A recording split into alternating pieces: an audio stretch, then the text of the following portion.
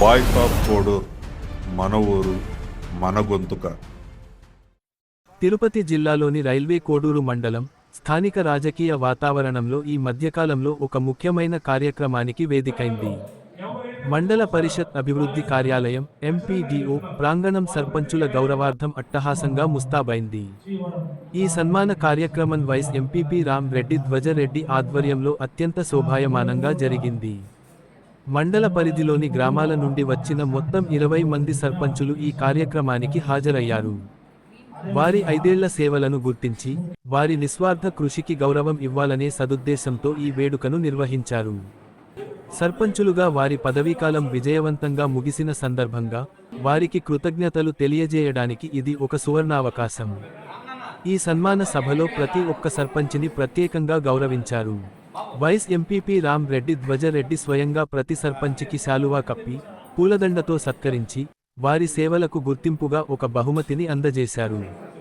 ఈ ఘట్టం సభలో ఒక ఉద్విగ్న వాతావరణాన్ని సృష్టించింది.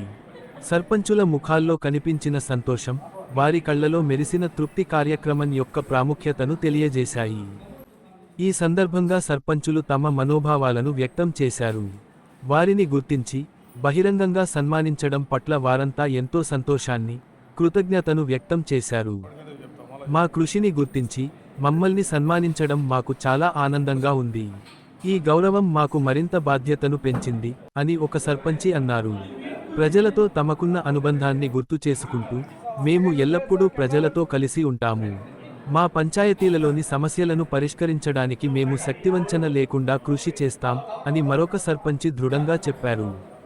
తాము పదవిలో ఉన్నప్పుడు ఎదుర్కొన్న సవాళ్లు, వాటిని అధిగమించడానికి చేసిన ప్రయత్నాలను వారు గుర్తు చేసుకున్నారు.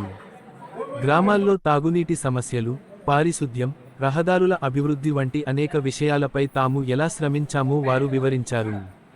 ఈ సన్మానం తమకు మరింత ఉత్సాహాన్ని ఇచ్చిందని, భవిష్యత్తులోనూ ప్రజాసేవలో కొనసాగడానికి ఇది ప్రేరణగా నిలుస్తుందని వారు ఏకగ్రీవంగా పేర్కొన్నారు. అనంతరం వైస్ ఎంపీపీ రామ్ రెడ్డి ధ్వజరెడ్డి మాట్లాడుతూ సర్పంచులందరి కృషిని ప్రశంసించారు. మీరందరూ చాలా చక్కగా పనిచేశారు.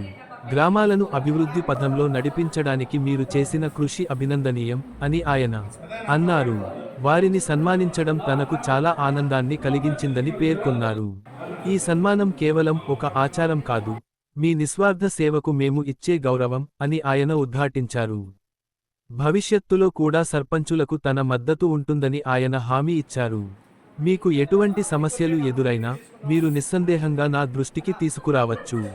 పార్టీలకు అతీతంగా మీకు నేను సహాయం చేయడానికి ఎల్లప్పుడూ సిద్ధంగా ఉంటాను అని ఆయన అన్నారు.